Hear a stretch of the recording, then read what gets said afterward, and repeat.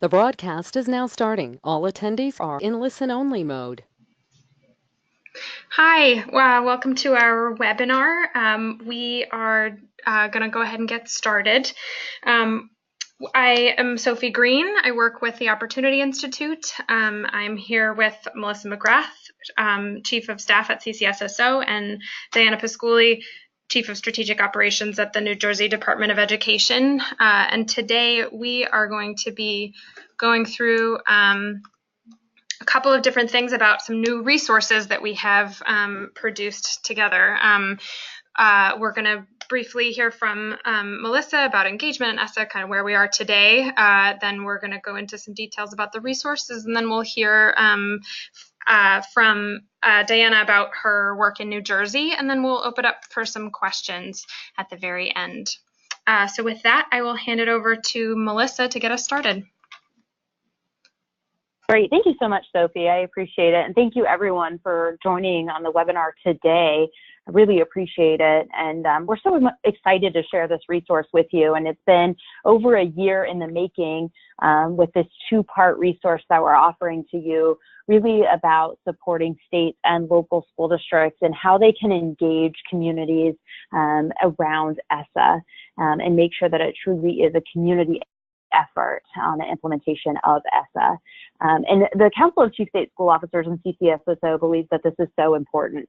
When ESSA first passed, we really made sure that we worked together with our states, that when they developed their ESSA plans, they made sure that they had extensive stakeholder engagement throughout that development process. And now we know that the majority of states have not only submitted, or not only all states have submitted their ESSA plans, and the majority of states have now had their plans approved, and just a few are still awaiting approval. But they've all moved on into implementation of those ESSA plans. And now we're encouraging our states to look into supporting local schools and districts as they begin that implementation, and encouraging them to take that same effort as they now go into the mode of looking through what they need to do to come up with plans, both around whether it's school improvement or another aspect of ESSA implementation. How do they get stakeholders together at the local level to make sure that it truly is a local plan that parents, civil rights leaders, the business community, that everyone has a stake in it and understands what ESSA means, what's going on in their school and community, that they have a plan in place, and that they understand what it means and they have input and a seat at the table. And so a couple of things that I really like about the resource and that we were so proud to partner with Partners for Each and Every Child in creating this, two things I'll really say about this, especially in the latest edition, is that, first of all, that engagement truly is a school improvement strategy. And there's a whole section in that, that when you bring people together, especially at that local level and even at the state level, you can find ways to make sure that schools do improve at that community level, that everyone is bought in on how that school will get better for every single child. And then the second piece is that there's a call out in both in the first edition and in the second edition of a state toolkit that state education agencies can pull together and make sure that they localize this resource for their local schools and districts. And we really are pushing this out to our state education agencies and making sure that they can localize this for their school and district leaders to be more helpful to them and how they can engage local education stakeholders throughout this process.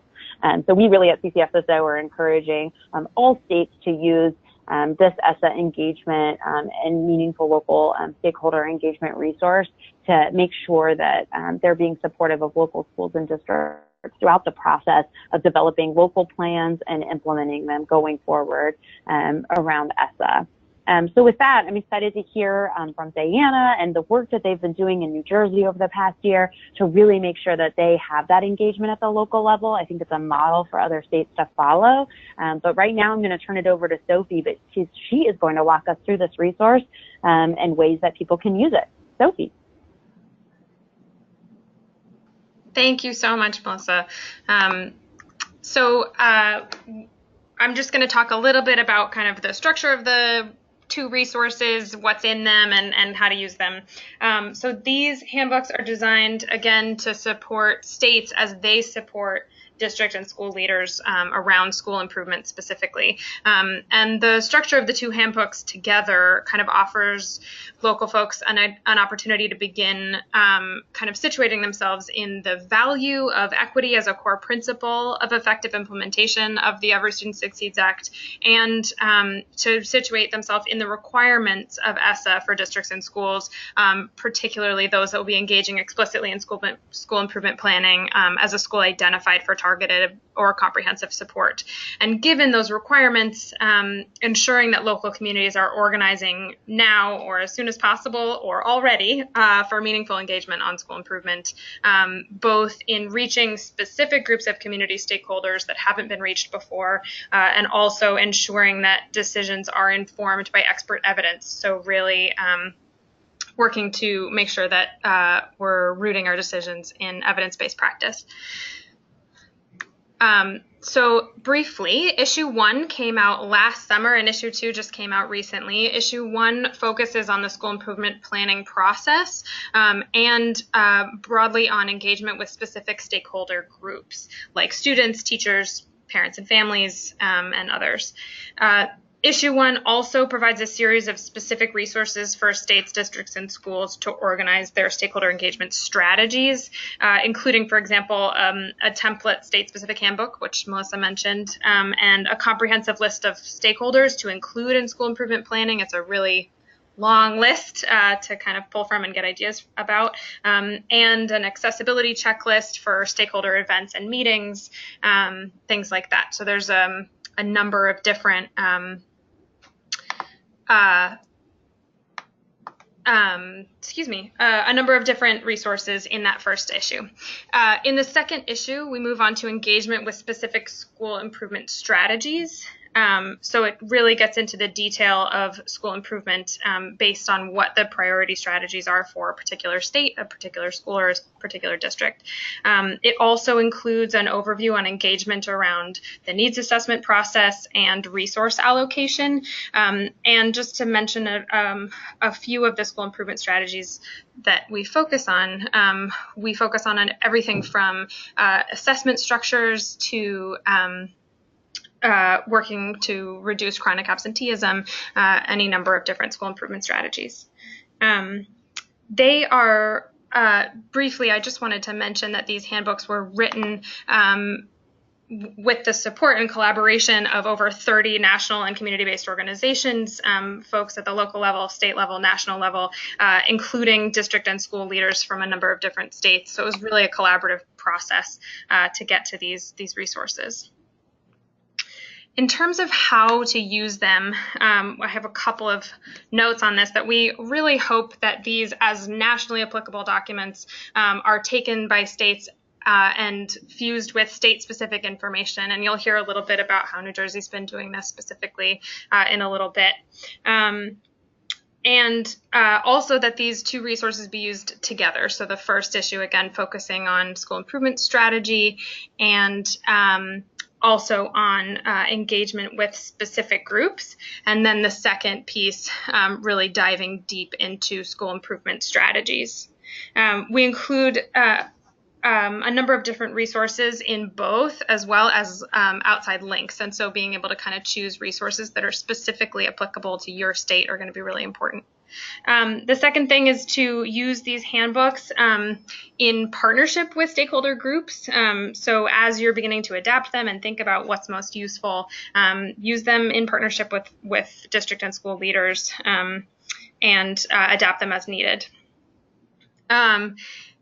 The last piece I'll say is just to only use the sections or pieces that are most relevant to you. So as your state or your district or your organization is really focusing on one thing or another, we've broken up, especially the second resource, into a bunch of different one-page or two-page resources that will support various different school improvement strategies.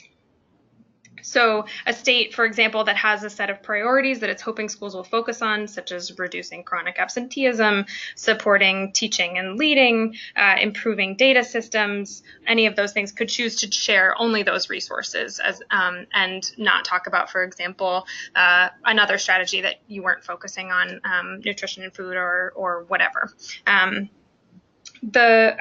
The state may also have a needs assessment template that they want to include in here with some really specific information about how to go through that process. And our needs assessment section could be modified to really go into more detail about a state or a district's specific needs assessment. All of these resources are available online. I've got a little bit.ly address here so that you can find them at oppin.st/handbook2 with a capital H. You can find all the resources on that page, and I've just grabbed a little screenshot so you can see the top of the page where you can download individual strategy pages or engaging on the needs assessment process and priority building. You'll see just the first few strategies named here. I also just wanted to note a couple of specific pages to show you kind of what it looks like on the inside. Here's a set of pages from the first issue, focusing on engagement with parents, guardians, and families. And each of the sections talking about engagement with specific groups offers the same broad set of supporting language and materials. So first, effective engagement strategies, also state spotlight, so examples of where folks are doing this well, and some top resources, links to outside documents that are going to help really if you're trying to reach parents and families. This second set of pages is from issue 2, and this is one example of the many school improvement strategy 2-pagers that we've got. This one's on reducing chronic absence, and each section includes this sort of same set of elements. So first, what to learn from your state's ESSA plan, then guidance for school improvement, so how to think about this strategy at the local level, including any ESSA requirements. Find support for this strategy in ESSA, which is where we kind of name the sections of ESSA where you might find funding or other language about this particular strategy. We also include in every section essential stakeholders. So these are groups that you want to pay particular attention to if you are working on this particular strategy. By no means an exhaustive list, but priority stakeholders. And then a section of Ask the Expert. So we've got 2 or 3 top resources on that school improvement strategy on each page. Again, we are really focusing on how to engage around a particular strategy. So we're really just giving a broad overview and then kind of helping folks think about engaging with stakeholders on the issue and dive deeper on the expertise from those who know it best. Oops. With that, I believe I'm done. With that, I'll turn it over to Diana Pasquuli at the New Jersey Department of Education. She's going to talk a little bit about how they use the first issue in their own resources and how they plan to support districts on local engagement moving forward and in the last few months what they've been up to. Diana? Hi, thank you. And thank you, Sophie and Melissa, and for everyone. I'm excited to hear the questions, and because I think we're all doing this together and are all in different places. So in New Jersey, last summer, we had submitted our plan in the spring, and like all other states, we learned a lot through the process of working with our different stakeholders around the state, and I think we built a lot of capacity at the state to be having conversations with stakeholders and involving them in really meaningful conversations about equity and having them be decision makers. And we learned all these great lessons, but then at the end of our planning process, a lot of the engagement requirements are also at a district level, and we have 600 districts in our state. So we are still very much in the process of figuring out how to share what we learned and continue to learn more, and to support different districts build their own capacity to engage. Because I think I rarely meet people that don't understand the importance of stakeholder engagement, but a lot of people feel that there are so many barriers with time and resources and know-how that often that really capacity and understanding of that is sometimes more of a barrier. So Partners for and CCSSO have just been really, really helpful for us as a state, and then moving to the district. So what we did with issue 1, as you can see, is we created working groups with some of our stakeholders that had been involved in the state plan to create this guidance for districts and schools. And so they met over the course of last summer, working with Partners for and building out some specific New Jersey aspects.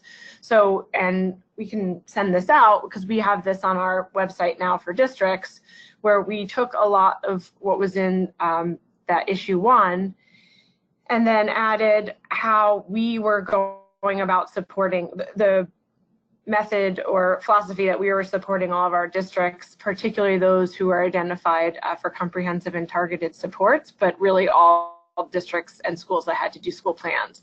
So we, over the years, have learned, for instance, that under No Child Left Behind and when we had priority and focus schools in our state, a lot of times when schools were identified for extra support, we handed over to them a plan template and said, here, fill out these 700 plans on your own and needs assessment and come back to us. And we realized that to best help districts, they really they need the most help in identifying, looking at data and identifying needs. So this stakeholder engagement plan kind of sets out, like, stakeholder engagement should be going on in the entire cycle, yearly cycle of planning. And we've been designing our school improvement support to be around a pretty straightforward cycle of planning that most good districts do. So you have, the cycle of being, starting with looking at data, conducting needs assessments, identifying priorities, and then putting together a plan and putting it all together. So we added those to the template that is going on. And we, again, worked with some districts and outside groups to add our own New Jersey specific examples. In full disclosure, we don't think there are enough. We are looking for this to be version 1.0 and then through our outreach over the coming year, be working with districts, and we hope to identify more districts that have good examples. So it was, I think there are districts doing great things, but I also think that it was hard to find them using it in a complete planning mechanism, because again, for that building capacity. So fast forward to this winter, in New Jersey, we identified our first round of schools that need a comprehensive and targeted support under ESSA. And we had this guidance as a tool. So the guidance came out in December, and we were able to use that as a backdrop as we started conversations with districts that clearly need extra support. So I think that, logically, and I know we're all in different state agencies and districts, and there's the kind of logistics side of this. And I think what we've said from the beginning of all of the ESSA work, one of the greatest hurdles or challenges has been having to bring together lots of people from different sides of the departments. And I don't, maybe there are departments out there that flow completely well and everyone knows what's going on, but because ESSA is so broad and includes so many different so much work across the department, we've always had to begin each new phase as a coming together with a clear project plan, clear division of labor, and that in itself takes some time in our experience. But we did that prior to identifying our schools, and were able to notify schools that they were being identified much in advance of it going public. And so with our schools, we met with them in person. We went over the data, we went over the new ESSA plan, we went over technical assistance related to data. We provided technical assistance regarding the funding that they would be getting. And then we also included a large part of that as use this guidance to start the conversation with how they are going to be engaging their their district, their communities and their districts. So I think it was good to start with them to have a plan for what they would be doing over the next coming months as they plan, put together their plan. And it was powerful to start the conversation out with saying, you know, we're working with you, we're supporting you. Here's what we can provide some technical assistance on data and the fiscal aspects, but you need to be reaching out to your communities. And so along with the announcement that they were identified for support, we provided templates, including PowerPoints and letters to give them some like a starting point to have the conversations. And then now we're in phase 2, where we're going back with them and having all different conversations. In this whole process, we've identified, though, that we don't have a great capacity to be supporting all 600 districts on this. And so something we identified a big need for is more in-house training to multiply the department's ability to really focus. So we go out, you know, we have English, we provide English language support, we provide teacher prep and evaluation support, and all our offices are out in different places in science and math, but we as a department aren't always asking the questions of districts about, you know, who did you engage, and really we aren't starting from a place of focusing on stakeholder engagement for the purpose of equity. So I think we are going to take a pause this summer and broaden our own capacity working with partners to kind of build up our own ability to be asking those questions as we're in the field with districts for the next stage. And then otherwise trying to work with districts as they go through the annual planning process and work with districts as we improve our own guidance. And, you know, I think that's where we are as far as going into year 2. And then I think what we're going to be in plan to do is like all of those resources, particularly at issue 2, are really good starting points that districts can be using with their stakeholders. So we recognize, and as I'm sure many people on this call have, in the original, you know, even in getting any kind of stakeholder engagement, there needs to be common language. We too often kind of put really wonky plans out there for people, parents and teachers to engage with, and community members and students, and we say, here, please read this and get us back comments. Meanwhile, we're asking, you know, this new dawn, and what I think these issues are pushing and these resources look to is how do you engage stakeholders from the beginning, from identifying root causes and then also identifying possible priorities and solutions. So like I said, we have that cycle of using data, identifying needs and root cause analysis, preparing the plan, and then monitoring whether or not the plan is working. And I think that issue is going to be a tool that we can grab off the shelf or online and in a good way hand over to our districts, because they're always just looking for more tangible, concrete kind of documents like this. So that's, I think, how we are looking forward to using it. Sophie or Melissa, do you guys have anything to add?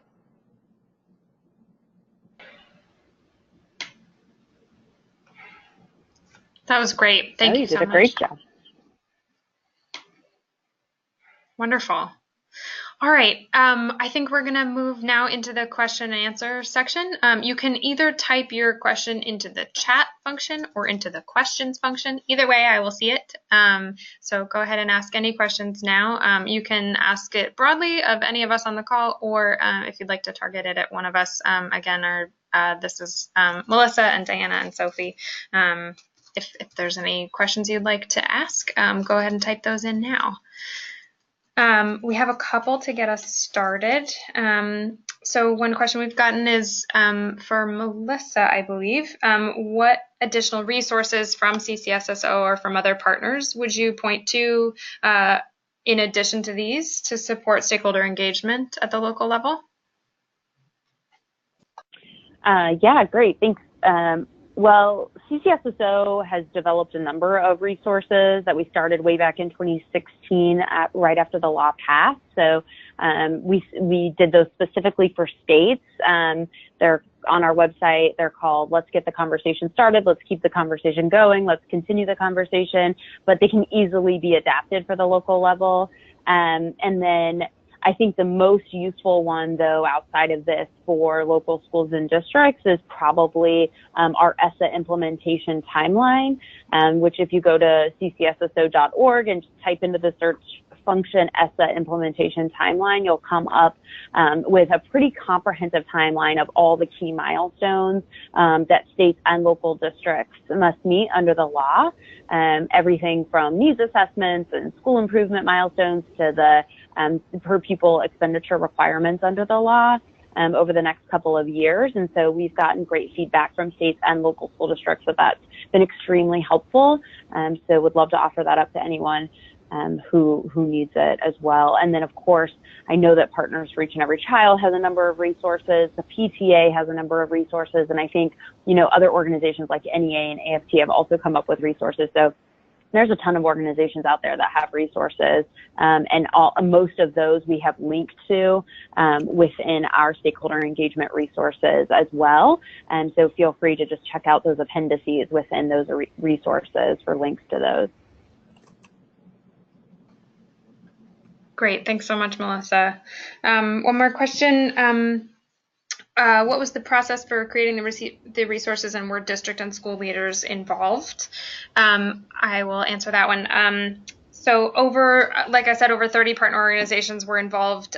Over and above those organizations, we did involve district and school leaders from a number of different states. Participation was largely through one-on-one calls, group calls, via email editing and writing text directly. It was really a collaborative process for both documents, and we're really grateful for the support of everybody that was involved. There's a list on the inside of each of the documents. If you want to check that out. I will say too, especially for issue 2, where we were really digging into needing school improvement strategy expertise, we worked a lot with school and district leaders to make sure that the information we were including was relevant and that we covered the topics that they wanted to know about. And we worked really explicitly with a lot of experts on the issues themselves to make sure that we got the right advice in there. It was a really great process. Any other additions, Melissa, that you wanted to make on that? I would just say that I'm really proud of the process that you guys facilitated. It was more than 30 organizations and just hyper local. I don't think that you can use that term enough for this process that you used. I think for a number of the CCSSO resources, we had a lot of national organizations and a lot of state organizations. But I know for this particular resource, you guys used a lot of school principals, school district leaders, and then also a lot of grassroots organizations as well, just to get some good feedback on how this would actually become operational at the local level. And so I just want to applaud you for that. Getting that type of feedback. And that's also one reason why it took so long for us to get it out the door, but rightfully so. It's a better product as a result. Great, thanks. All right, and if you've got any questions, feel free to write them in. I have one more, but I believe that's it. So if there's any last questions, go ahead and send them in. So one question, what did it take New Jersey to use issue 1? What were the basic steps that you took to incorporate that information into that first resource? So it was a series of groups. So everyone came together with Partners 4 was there, and then we had a lead on our end of we had multiple representatives from the different offices that were involved in providing the outreach. So in these working groups, we made sure that the department had representation from the offices that are most in contact with districts, as well as the offices that worked on the plan and performance and different areas, so that there were people that could answer different questions.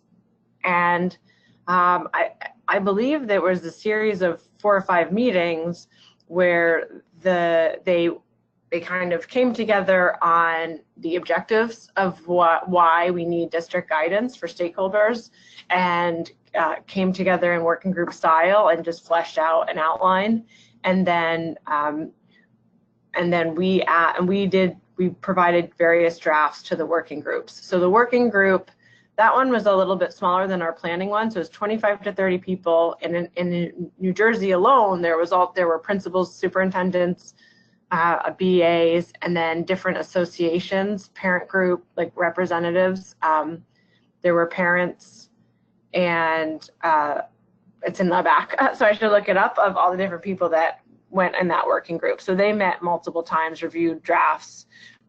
We did the editing and a lot of the wording, so it wasn't groupthink for the writing, but they, as a working group, really just went through it. And the takeaway for us was that there's a lot of passion and concern at the local level, and what it enabled different local groups to do is say, oh, I was part of this, creating this guidance, and it allowed the groups themselves to be sharing the resource with a lot of ownership.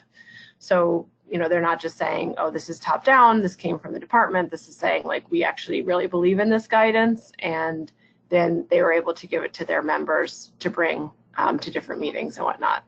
And does that answer that question? Yeah, that's great. Thank you. We've got one more question for you. How does or will the New Jersey state and local report cards interact with the resource guides? So great question. So when we talk about planning and we talk about using data and different analysis, we share and we put in our guidance that school performance reports are a very significant tool that people can use. So that the design and the intention is that people are poring over any data they have, performance reports being a major source. So for timing, we put out our performance, like we actually have models that in January, you should be looking at performance reports, and they went out last year in January. This year they'll probably go out in February.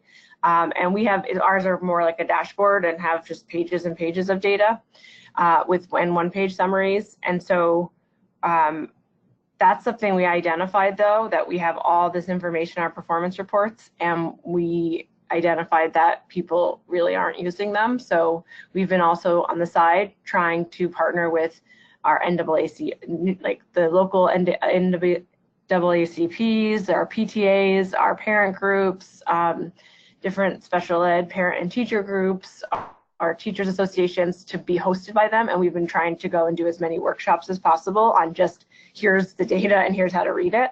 So philosophically, it's a critical area for us that we want people to engage around. Realistically, I think we're far away from everyone concretely using those as a tool.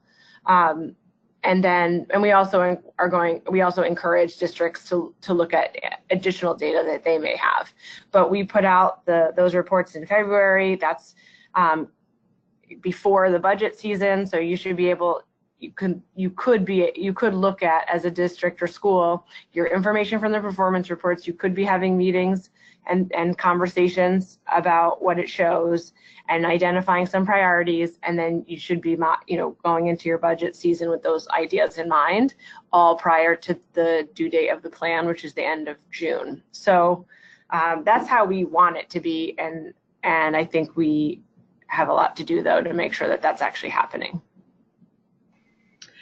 I'll jump in as well, just that in issue 2, there's a couple of really specific resources about report cards and reporting and using data.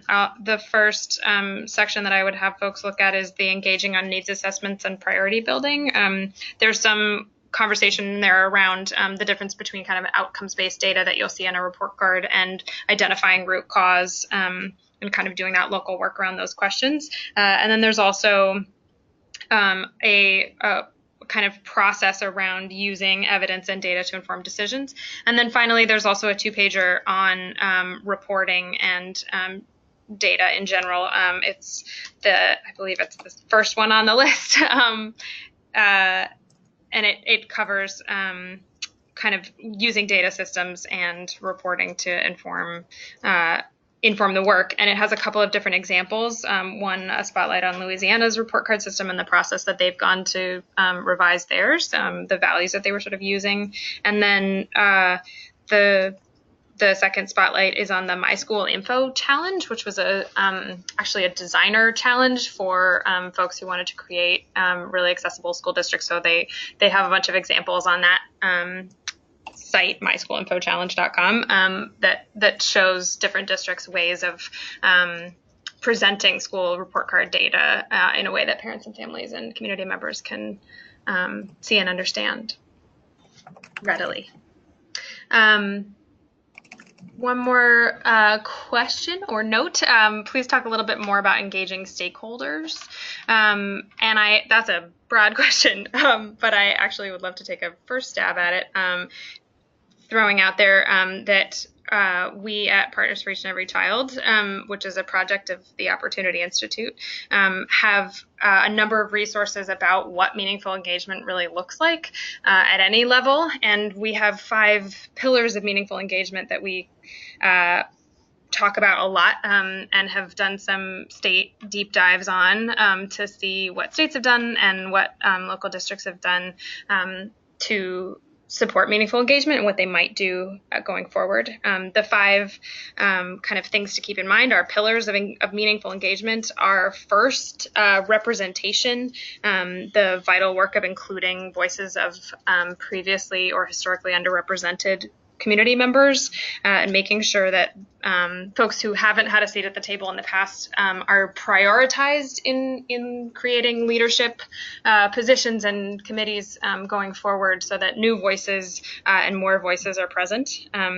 Second is transparency, and just really always prioritizing all the information being present, using the right tools, and taking the comprehensive needs assessment process really seriously, especially. Third, sustainability. So making sure that as you begin stakeholder engagement systems now, that they are set up for ongoing processes going forward. So it's not just a one-off of, okay, we're doing this process this year, but school improvement's a 1-year gig is not really how it works. So really making sure that you're setting up committees and systems and networks of community members now so that that can be sustained going forward. Collaboration, really focusing on official and unofficial partnerships with community organizations, business partners, even members of the justice community.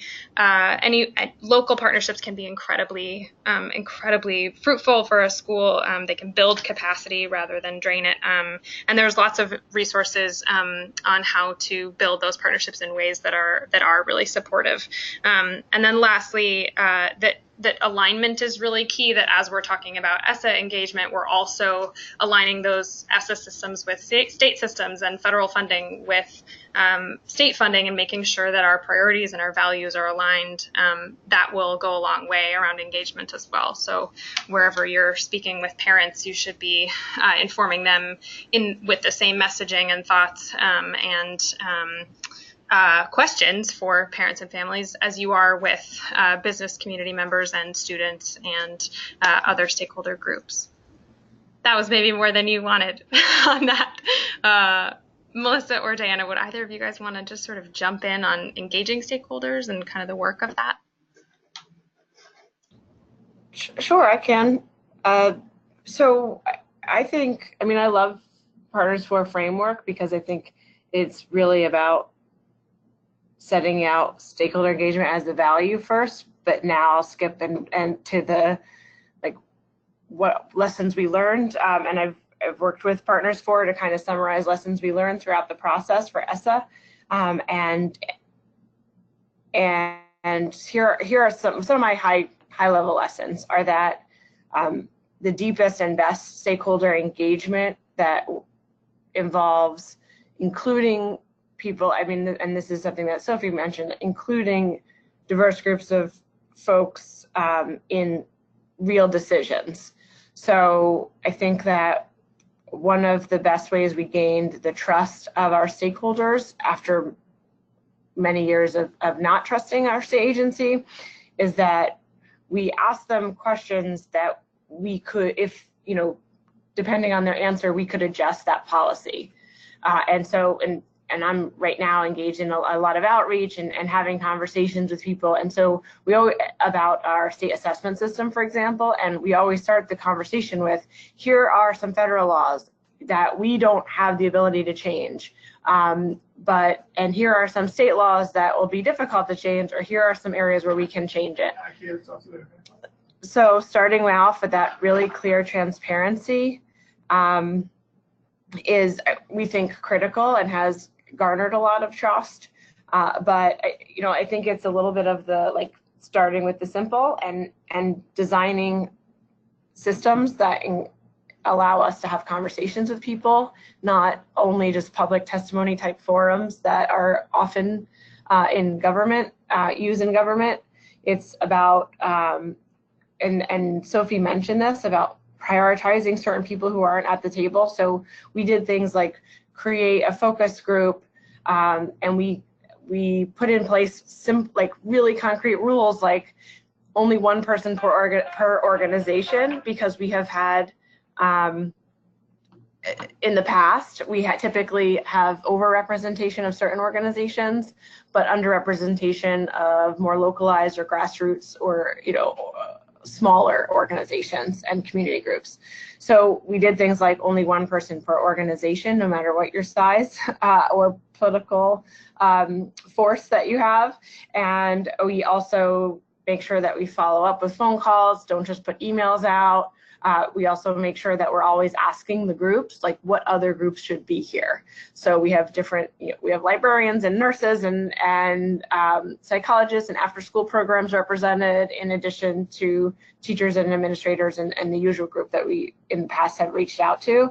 And parent groups have a tendency to invite other parent and community groups. So putting in place, like, really concrete structures that ensure equitable access to us has allowed us to have conversations about policies at a deeper level and to, I think, fix different issues that we had with implementation. And I mean, it's a constant area of improvement, but to us, I think that's what we've learned. And then the last thing that I think is really important is thinking concretely, as I mentioned, as a SEA or as a district, of resources. So everything that we talked about takes time, and it has to be a priority that that you have the ability, you have somebody there that can host, that can have conversations with people, that when we take notes in a meeting, you know, we have someone who does that in our own office. And so I think everyone's overworked in different state agencies, but thinking through whether, you know, allotting some resources in some way.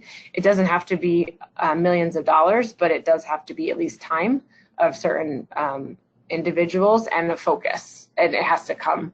We have found that it's most successful when it comes from the top of any agency or district of that as a value. That's great, Diana. This is Melissa, and I think I would just add, there's 3 lessons. I think I learned a lot through the stakeholder engagement processes that, you know, we led through CCSSO, but then also through what we saw in states. And 3 of my major takeaways that I would offer to anybody among the lessons we learned were just, first and foremost, get feedback before you make a decision. So get input and feedback from your stakeholders before you make a decision. And then once you make a decision, show your stakeholders how you use their feedback in that decision. So going back out to them and using a feedback loop, whether it's making a phone call and just saying, we made this decision and here's how your input influenced us, or whether it's, you know, in your ESSA plan using footnotes to really delineate that. However you determine to do it, It's not obvious to stakeholders a lot of the time because you reworded things or it's been so long that you use their input in that way. So those feedback loops are really important. So use their feedback, make the decision, and then show that you used it. I think reiterating what Diana said about involving more stakeholders in the process and asking others who should be involved is really important, and then using them in different ways. So having people at the table physically or at the microphone giving you feedback or writing letters is really important, but also we learned through the process having people just review your materials is also really important, to review your word choice. Is so important to make sure, these are your audiences that you're going to go out to, and having the people closest to them review that and say, that's not going to resonate with that audience. Having parents review it, or having, people of color review it before you go out. Having you just put out, like, here's where we're thinking of holding meetings. What do you think of the venues? What do you think of the times? What do you think of the locations? And having your stakeholders review that in advance and give you feedback on it. Those are all really important things to think about. And so having more stakeholders at the table and then having them give you feedback on those types of things is also really important. And then the third thing I would just reiterate, again, Diana said this, but being transparent, and just being transparent in ways I didn't think about before, but like timelines.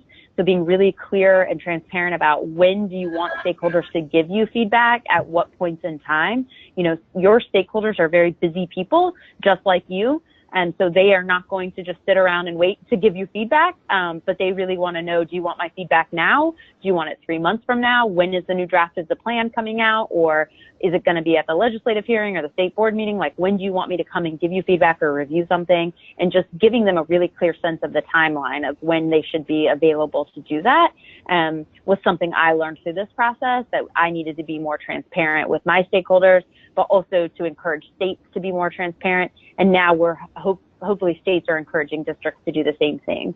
And so those are those are the 3 main takeaways that I carry with me throughout this process.